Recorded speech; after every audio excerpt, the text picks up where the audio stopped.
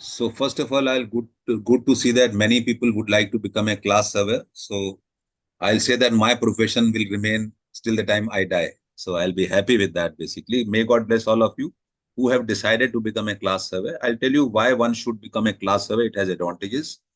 While I don't say there are no advantage to the other profession also, but since I'm from this profession, I'll definitely plead for that basically.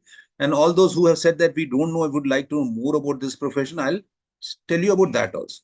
But before I go to that part, the two questions which people have answered basically, and where people would like to know some more information, I'll tell that. But let us read this.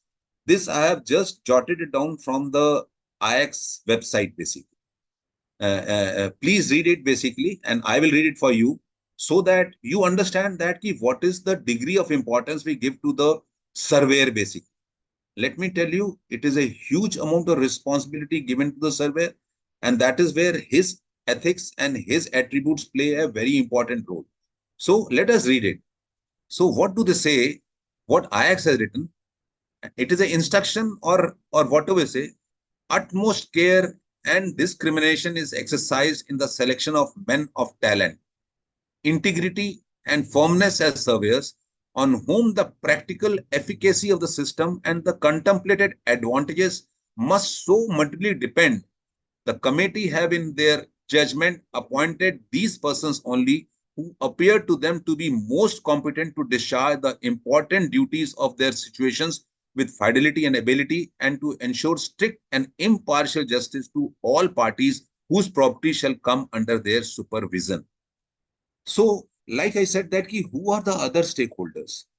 Let me tell you, we now when we are talking about, I'm a class surveyor, I was a class surveyor, you are a seafarer who has been sailing on ship, and that means you are present a ship manager basically. It is not that when a surveyor has to look at, he has to only look these two relations. He has to look into the relations of all aspects. He has to ensure that he gives a impartial decision, because any decision taken in the interest of anybody is not correct. And that is where the class societies have to be independent of any manufacturer, of any yard, of any owner, manager. I today, let me tell you, I have now worked for 34 years. I did not have any relation with any of the yard, with any of the owner, any of the manager, any of the training institute, no relationship. So that I can do a unbiased survey and give my recommendation without fear and without compulsion or without any pressure basic. And that is where these men who want to become a surveyor, they have huge responsibility, and they have to men of ethics basically. You cannot say the ship to be certified while she is not operating. No, because when the vessel goes to sea, if something happens, what will happen to those seafarers who are sailing on the ship? That is where it is essential that we remain men of ethics.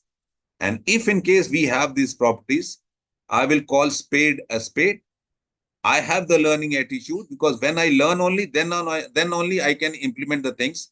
I understand the things and I am able to learn. I am able to follow the rules basically, and I follow those rules without discrimination, without having partiality between A and B, because this fellow is known to me.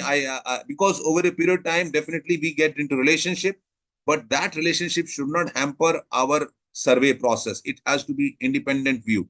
And that is where, if in case you have those properties, you become a surveyor, and you should become a surveyor.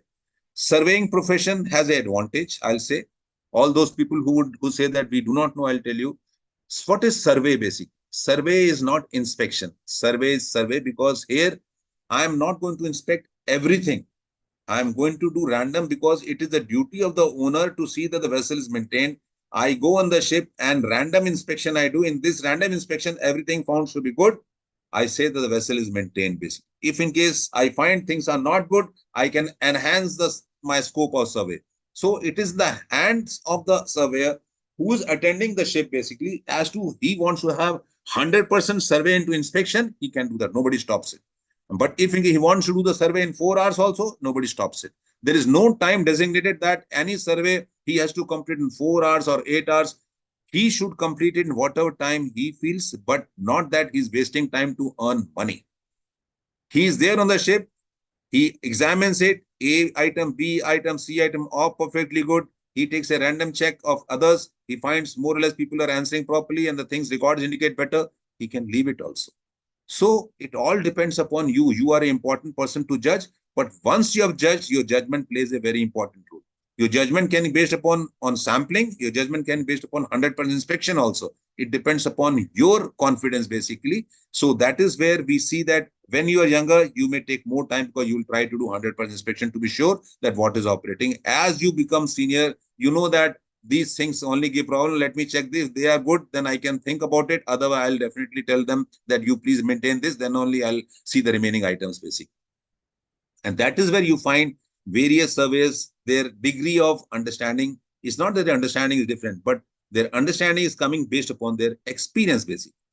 So surveyor job is to see that the ship is always kept maintained. The ship is built to rules. The rules are understood. The rules have to be remembered in our minds. I cannot open, like I said, when the plans are made, I cannot open the rule book and see that what I have to apply. The plan should be sufficiently in detail to give me that information. My training should be so much good that I don't have to read the rule book. Yes, I can always refer to the rule book because rules books are to be referred.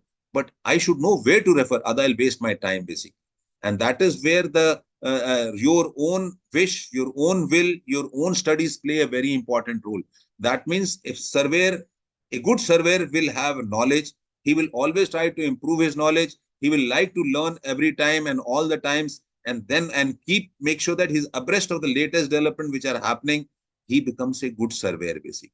And then he should be honest, ethical. These are the other soft skill traits basically. Then you become, while you're knowledgeable, you know the rules, but you have to be ethical also. So these are the traits where you become a good surveyor. And in case of our profession, we always pass on the baton from A to B. When I become senior, I have to mentor others basically, because with my experience, I pass on the experience to others basically. Not that I don't share my thoughts with them. I share my thoughts with the younger people so that they learn faster than what I could learn. And that is how the baton is passed on to the younger people. If we have all these properties, learning properties, ethics properties, transforming learning, training properties, transferring this knowledge to the others, basically, we become, we can become a surveyor. I'll say that basically. That is what we expect from a surveyor to be basically. So I think I have been able to answer the questions. Basically, what two questions are there? Some people want to be a class surveyor. They must have formed up their mind. I welcome them. Some people did not know. I think I have been able to explain to them. But if in case you want to know more, I can prepare something which we can discuss later where you can have more details if you want. Thank you.